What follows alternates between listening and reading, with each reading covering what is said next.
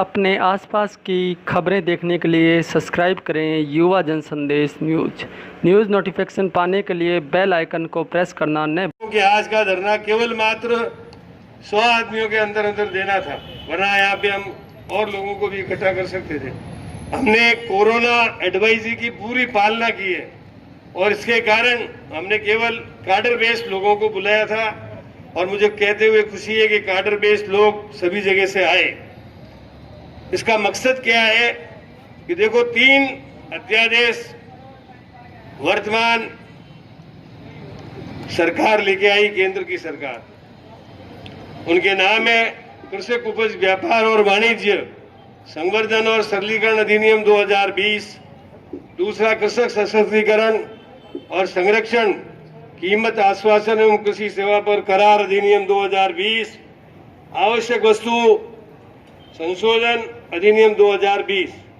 ये 3 बिल अध्यादेश के रूप में आए और उसके बाद इनको बिल का स्वरूप देने के लिए जो अफरा तफरी की और लोकतांत्रिक नियमों की धज्जी उड़ाई गई और एक काले कानून बनाए गए, इन तीनों काले कानूनों का विरोध करने के लिए आज की ये बैठक बुलाई गई है।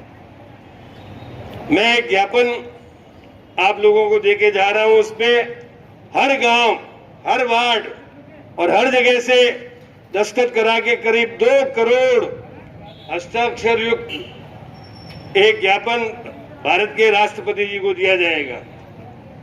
कई लोग कहते हैं अब तो ये कानून बन गया, भूमि अधिग्रहण का कानून भी बन गया था, लेकिन इस सरकार को घुटने टेकने पड़े और उसको वापस लेना पड़ा। ये काला कानून इसलिए मैं कहता हूं कि इसमें सबसे पहले तो आवश्यक वस्तु संशोधन अधिनियम में परिवर्तन किया गया। अब आप जानते हैं कि मिनिमम सपोर्ट प्राइस पे जो वस्तुएं खरीदी जाती है वो राशन की दुकानों में गरीब आदमियों को राशन के माध्यम से मिलती है। जब इसमें संशोधन कर दिया और भंडारण की कोई सीमा ही नहीं रखी, तो ये अडानी, अंबानी और बड़े बड़े कॉरपोरेट हाउस अपने आप वस्तुओं का स्टॉक कर लेंगे और कृत्रिम कमी दिखा करके महंगे दामों में वस्तुओं को बेचेंगे। किसानों को ये कहा जाएगा कि आपकी आय दुगनी करेंगे, 20 साल के लिए आपकी जमीन को लीज में ले लिया, 1-2 साल आपको मिनिमम सपोर्ट प्राइस से पैसा ज्यादा दे देंगे और उसके बाद आपका शोषण करेंगे। कहेंगे हमको तो पोसाता नहीं है, हम मिनिमम सपोर्ट प्राइस तो क्या आपको आधी कीमत भी नहीं मिलेगी। किसान जो खेत का मालिक है वो इनकी गिरवी हो जाएगा और ये कॉरपोरेट घराने उनको जितना शोषण कर सकते हैं उतना शोषण करेंगे। भारत में आजादी से पहले ईस्ट इंडिया कंपनी व्यापार करने के लिए आई थी और आपने देखा होगा फूट डालो और राज करो की नीति अपनाकर इस देश में शासक बन गई। यही नीति मोदी सरकार की है। ये कॉरपोरेट घरानों को आपका मालिक बनाना चाहते हैं, किसानों को अपने ही खेत में बंधुआ मजदूर बनाना चाहते हैं।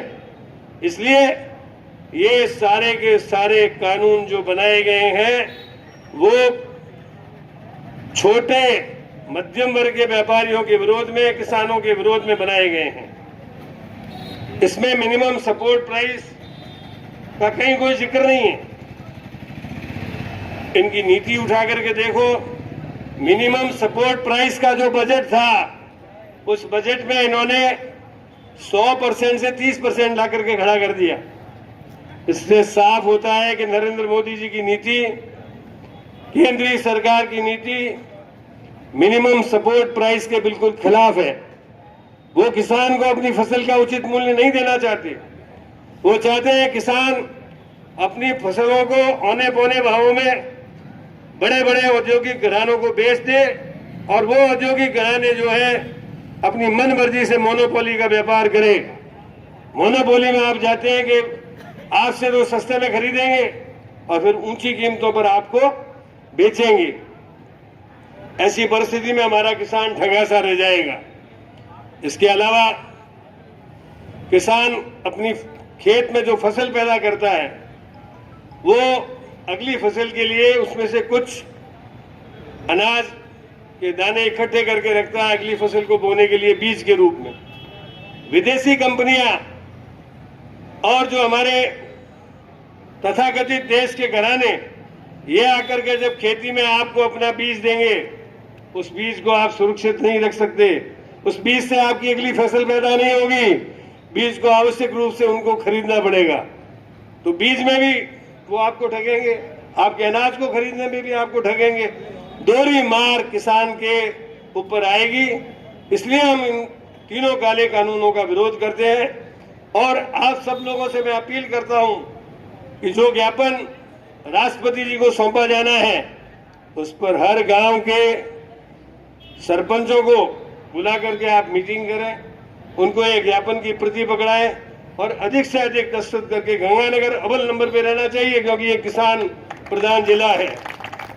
मैं उम्मीद करता हूं कि जिस कागज पे मैंने दस्तखत करवाने के लिए आपको दिए हैं, उस पर अधिक से अधिक हस्ताक्षर करवा के और आप ये जल्दी से जल्दी 10-12 दिनों के अंदर अंदर आपके 2-3 प्रतिनिधि आकर के और वो पीसीसी में जमा करवा दें अथवा मुझे दे दें, मैं पीसीसी में आपके साथ चल के जमा करा दूंगा।